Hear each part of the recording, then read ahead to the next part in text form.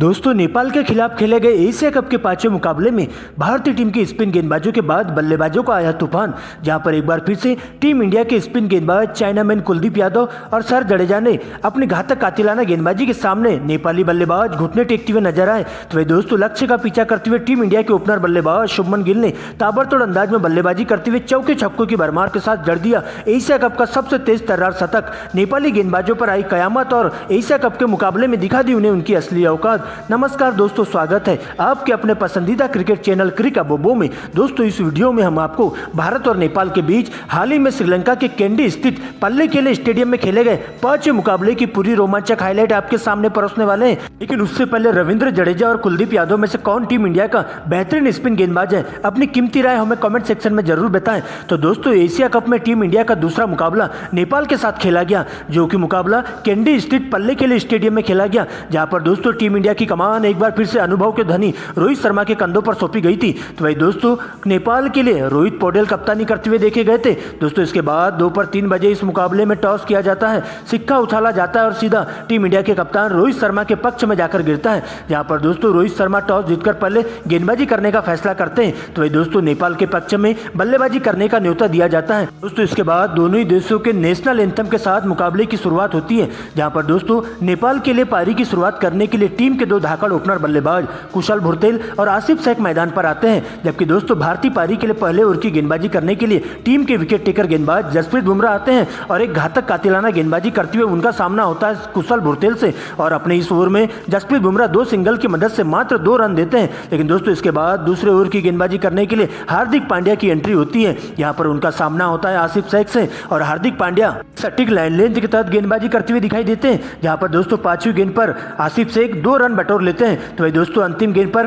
Cover drive लगाते हुए 4 run बटोर लेते हैं और इस प्रकार से हार्दिक पांड्या की इस ओवर में कुल 6 रन आते हैं। लेकिन दोस्तों, इसके बाद तीसरे ओवर में एक बार फिर से जसप्रीत बुमराह की एंट्री होती है और पहले ही तेज गति से फेंकी गई गेंद इन स्विंग होकर अंदर की तरफ आती है और टप्पा पड़कर सीधा पैड से जाकर लगती है, जहां अंपायर के द्वारा आउट करार दे दिया जाता है। लेकिन दोस्तों, नेपाल के द्वारा DRS लेने पर पता चल जाता है कि गेंद लेग स्टंप को मिस कर रही थी और इस प्रकार से अंपायर को अपने डिसीजन को वापस लेना पड़ता है और इस प्रकार से जसप्रीत बुमराह का यह ओवर मेडन चला जाता है। लेकिन दोस्तों, इसके बाद दोनों ही सलामी बल्लेबाज काफी संभल कर खेलती हुई टीम के स्कोर को आगे बढ़ाते हैं कछुए की चाल से और इस प्रकार से नेपाल का स्कोर 10 ओवर के खेल में 50 रनों तक बिना किसी विकेट के नुकसान के पहुंच जाता है। लेकिन दोस्तों, इसके बाद कप्तान रोहित शर्मा 11वें ओवर में अपने स्पिन गेंदबाज कुलदीप यादव के हाथों में गेंदबाजी थमा देते हैं, जहां पर आते ही कुलदीप यादव नेपाल की टीम पर पूरी तरह से काल बनकर टूट पड़ते हैं। यहाँ पर दोस्तों पहली गेंद पर अच्छी लय में दिखाई दे रहे कुशल भुरतेल को 30 रनों के निजी स्कोर पर कॉटन बोल्ड कर देते हैं, जिसके बाद नए बल्लेबाज कप्तान रोहित पौडेल आते हैं। लेकिन दोस्तों, इसी ओवर की अंतिम गेंद पर रोहित पौडेल को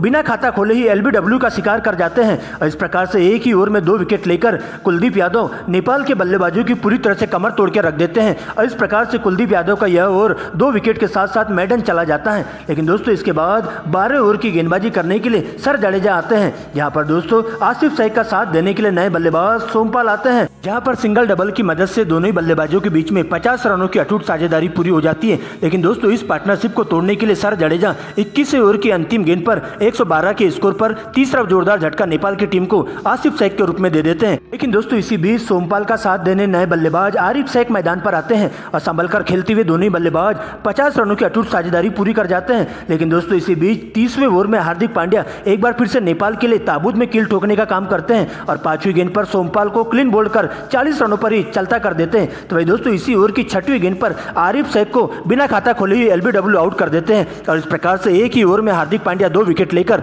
नेपाल को पूरी तरह से बैकफुट पर ढकेल देते हैं और इस प्रकार से नेपाल की टीम भारतीय गेंदबाजों के सामने अपने हथियार डालते हुए दिखाई देती है। लेकिन दोस्तों, अब नए बल्लेबाज दीपेंद्र सिंह और गुलशन शाह मैदान पर आते हैं और देखते ही देखते दोनों ही बल्लेबाज भारतीय गेंदबाजों का डटकर मुकाबला करते हुए चले जाते हैं। लेकिन दोस्तों, इसके बाद एक बार फिर से 45वें ओवर में कुलदीप यादव का कहर देखने को मिलता है, जहां पर इसी ओवर की पहली गेंद पर दीपेंद्र सिंह को ईशान किशन के हाथों 30 रनों के निजी स्कोर पर कैच आउट करवा देते हैं। तो वही दोस्तों, इसी ओवर की अंतिम गेंद पर गुलशन झा को LBW आउट कर नेपाल की टीम को जोरदार तरीके से बैकफुट पर ढकेल देते हैं और इस प्रकार से नेपाल की टीम भारतीय गेंदबाजों के सामने घुटने टेकती हुई दिखाई देती है। लेकिन दोस्तों इसके बाद 48वें ओवर में एक बार फिर से टीम इंडिया के विकेट टेकर गेंदबाज जसप्रीत बुमराह की एंट्री होती है, जहां पर आते ही जसप्रीत बुमराह तूफानी अंदाज में गेंदबाजी करते हुए दिखाई देते हैं और बाकी के बल्लेबाजों को समेटते हुए दिखाई देते हैं। जहां पर जसप्रीत बुमराह के द्वारा तेज गति से फेंकी गई पहली गेंद पर संदीप लमीछाने को क्लीन बोल्ड कर दिया जाता है। वही दोस्तों इसी ओवर की 5वीं गेंद पर कुशल को एलबीडब्ल्यू आउट करते हुए नेपाल की टीम को 224 रनों पर 9वां बड़ा झटका दे देते हैं। लेकिन दोस्तों इसी ओवर की अंतिम यानी कि 6वीं गेंद पर एक बार फिर से अंतिम बल्लेबाज ललित राजवंशी को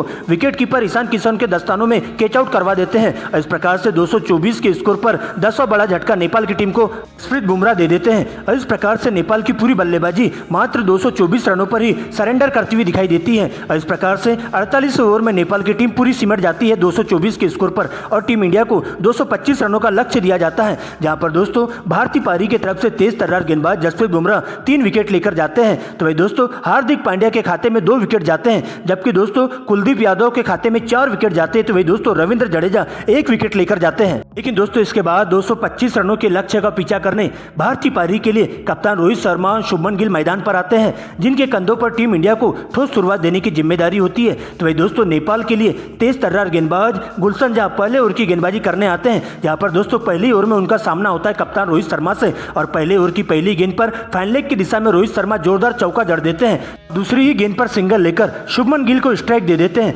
जहां पर शुभमन गिल जबरदस्त तरीके से बल्लेबाजी करते हुए अंतिम की 2 गेंदों में बैक टू बैक 2 करारे चौके जड़ देते हैं और इस प्रकार से गुलशन जहां के इस ओवर में कुल 13 रन आते हैं। लेकिन दोस्तों इसके बाद दूसरे ओवर की गेंदबाजी करने के लिए एक बार फिर से नेपाल के तेज गेंदबाज करण केसी की एंट्री होती है और आते ही टीम इंडिया के लिए काल बनकर आते हैं, जहां पर दोस्तों अच्छी लय में दिखाई दे रहे कप्तान रोहित शर्मा को पहली तेज गति से फेंकी गई गेंद पर इन स्विंग होते हुए सीधा क्लीन बोल्ड कर देते हैं, जो कि रोहित शर्मा मात्र 5 रन बनाकर पवेलियन की ओर लौट जाते हैं। दोस्तों इसके बाद नए बल्लेबाज के रूप में विराट कोहली शुभमन गिल का साथ देने मैदान पर आते हैं। लेकिन दोस्तों इससे पहले विराट कोहली कुछ समझ पाते तेज गति से फेंकी गई करण केसी की 150 किलोमीटर की रफ्तार से फेंकी गई तेज गति से इन स्विंग गेंद विराट कोहली के स्टंप को उखाड़ती हुई चली जाती है और इस प्रकार से विराट कोहली बिना खाता खोले ही डगआउट की ओर लौट जाते हैं और इस प्रकार से करण केसी एक ही ओवर में 2 विकेट लेकर टीम इंडिया को बैकफुट पर ढकेल देते हैं। लेकिन दोस्तों दूसरे छोर से अभी भी शुभमन गिल अंगद की तरह डटे हुए रहते हैं और अब नए बल्लेबाज श्रेयस अय्यर मैदान पर आते हैं। लेकिन दोस्तों तीसरे ओवर में तेज गेंदबाज सोमपाल की वाइड जाती हुई गेंद को छेड़ने के चक्कर में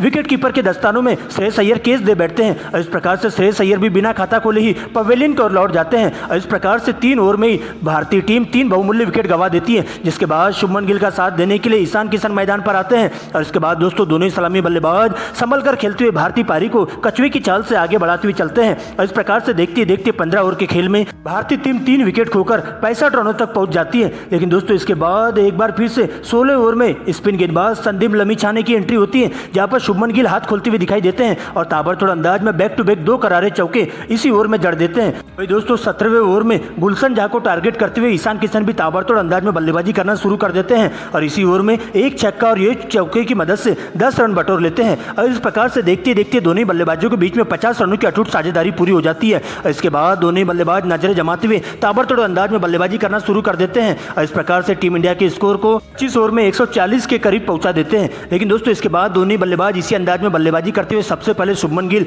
मात्र 48 गेंदों में ही अपना 50 पूरा कर लेते हैं और 50 पूरा होते ही दोनों ही बल्लेबाज यही नहीं रुकते हैं और अपने ही अंदाज में बल्लेबाजी करते हुए चौके छक्कों की झड़ी लगा देते हैं, जहां पर दोस्तों सबसे पहले करण केसी को टारगेट करते हुए ईशान किशन भी तूफानी अंदाज में बल्लेबाजी करना शुरू कर देते हैं और दूसरे छोर से ईशान किशन चौके छक्कों की बारिश करते हुए मात्र 35 गेंदों में ही अपना 50 पूरा कर लेते हैं और इस प्रकार से दोनों ही बल्लेबाज अपने अंदाज में बल्लेबाजी करते हुए देखते देखते 90 गेंदों में 100 रनों की अटूट साझेदारी पूरी कर लेते हैं। दोनों ही बल्लेबाज मिलकर नेपाल के तेज गेंदबाजों के साथ साथ स्पिन गेंदबाजों पर पूरी तरह से कहर बनकर टूट पड़ते हैं और चौके छक्कों की बारिश करते हुए उनकी लाइन लेंथ बिगाड़ कर रख देते हैं और इस प्रकार से टीम इंडिया का स्कोर 40 ओवर की समाप्ति पर 3 विकेट गंवाकर स्कोर बोर्ड पर 190 रनों तक पहुंच जाता है। लेकिन दोस्तों इसके बाद 41वें ओवर में गुलशन जहां की पहली ही फुलटॉस गेंद पर शुभमन गिल करारा प्रहार करते हुए गेंद को दर्शक दीर्घा में 6 रनों के लिए भिजवा देते हैं और इस प्रकार से मात्र 95 गेंदों में अपना तूफानी शतक पूरा कर लेते हैं। लेकिन दोस्तों इसी ओवर की अंतिम गेंद पर हिटर बॉल का ठीक से सामंजस्य नहीं हो पाता है और गेंद अंदर की तरफ आती है और सीधा शुभमन गिल के स्टंप को उखाड़ती हुई चली जाती है और इस प्रकार से शुभमन गिल 100 रनों के निजी स्कोर पर पवेलियन की ओर लौट जाते हैं।